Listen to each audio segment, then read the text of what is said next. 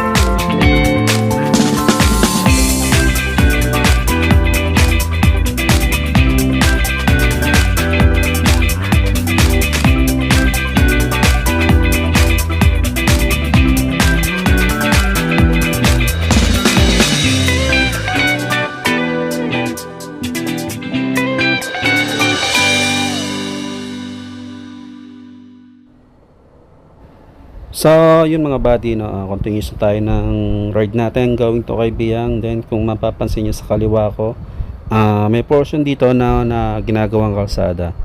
So remind ko rin kayo, no, mga buddy, or inform ko kayo, no, kapag umuulan or katapos lang ng ulan, no, may nangyayari ding landslide, no, sa area na to from Cavite going to Kaibiyang, then vice versa yung kabilang way, no, Batangas to Kaibiyang. May nangyayaring landslide dyan sa area na yan. So kung napapansin niyo mga buddy is tirik na tirik yung araw, yan, tanghali na kasi, pero may portion dito na lilim pa rin kasi kita nyo naman, no, yung mga dahon dito or yung mga sanga ng puno is nag-overlap sa kalsada, no, na nagbibigay ng lilim sa mga rider. So yun ang kagandahan dito, no, kahit mag-ride ka ng tanghali, lilim pa rin. Marami ring mga nagbabike dito, no, going to Kaibiyang mga buddy, kasi gusto nila yung terrain, no, going to Kaibiyang, kasi yung terrain dito is paahon or paakyat, no, para masubukan yung endurance nila, no, pero hindi ganun kadali kung baguhan ka pa lang nagbabike, no, or hindi ka pa ganun kasanay magbike. Kasi nasubukan ko yan from Cavite going to Kaibiyang, dun sa area pa lang na bago umakyat ng Puerto Azul, yan, medyo matarik dyan. So akay talaga ginawa ko. Then karamihan din, no, ng mga nagbabike, mga nakakasabay ko is nag-aakay talaga kasi medyo matarik yung portion na yon.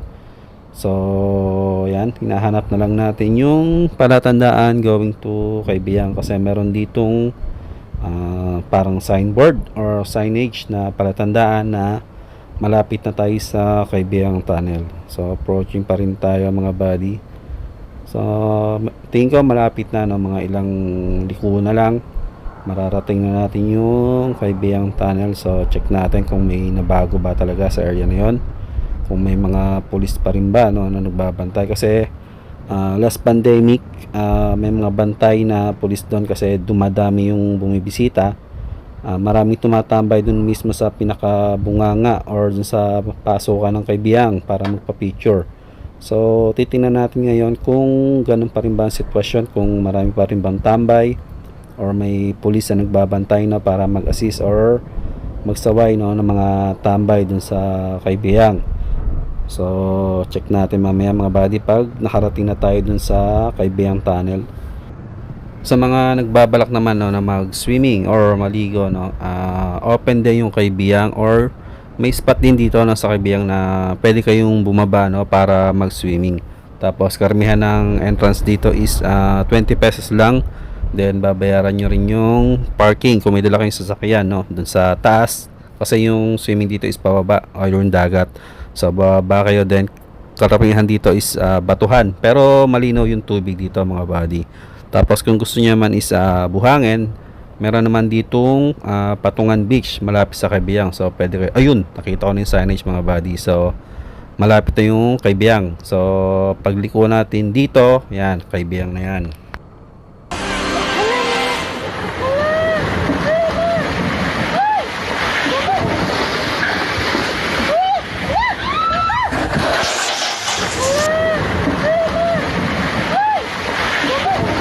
Naghintay ka ba? Wala na. It's a prank. So mga buddy, approaching na tayo ng Kaibiyang Tunnel at ang daming tao. Yan. So yan, kita ko na agad may mga nagpapapicture, no, dun sa pasukan. Marami nagtambay. Kaya isang lane lang, no, ang mapapasukan or ang gumagana rito.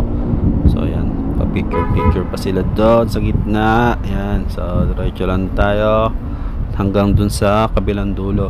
Tapos mga buddy, kung papasyal kayo rito, no, sa Kaibiyang, lumampas kayo or lampasan nyo tong Kaibiyang Tunnel, kasi meron ditong view deck, no, para makita nyo yung dagat or yung surrounding, no, dito sa Kaibiyang Tunnel. Lalampas lang kayo rito ng konti, no, para marating nyo yung sinasabing ang view deck. Tapos sige, puntahan na natin para makita nyo mga buddy. Bali, dalawa pala yung view deck dito mga buddy, no.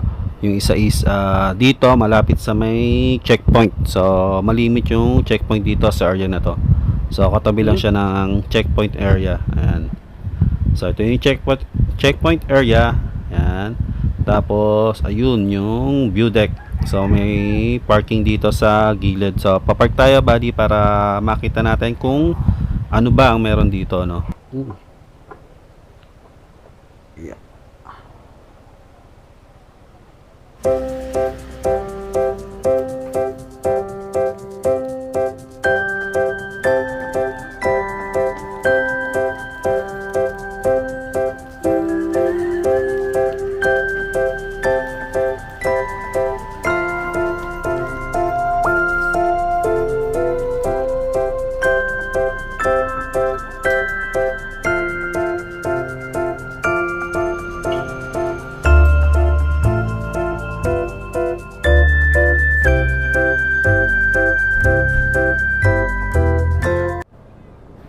So yun no mga buddy no, after sa view deck number 1 no, diretso ulit tayo sa view deck number 2. Then sa view deck number 2 mga buddy no, mas maganda yung makikita nyo rito or mas maganda yung matatanaw nyo rito.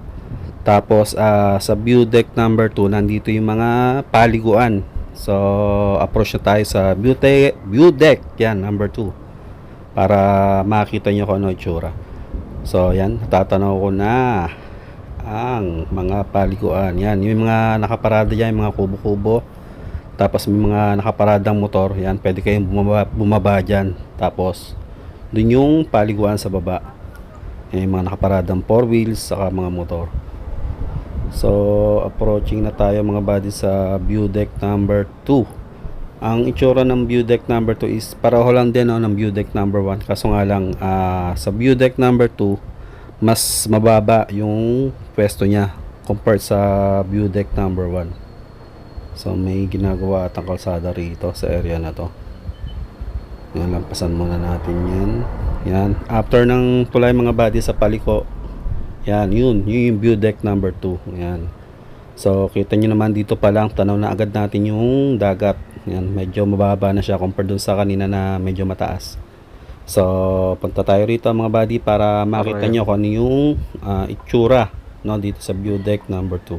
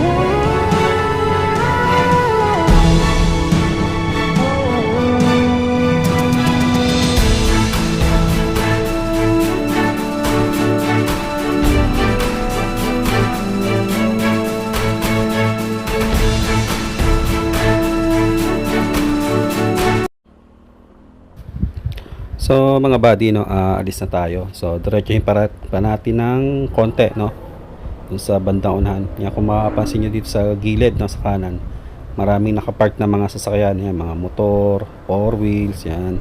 Kasi meron nga rito paliguan sa baba. Tapos kung gusto nyo is buhangin yung paliguan, kasi dito sa baba usually mga batuhan yan eh. Kung gusto nyo buhangin, diretsuhin nyo lang tong area na to, tapos hanggang makarating kayo sa Patungan Beach. Yun, doon buhangin talaga ang beach na pwede nyo paliguan.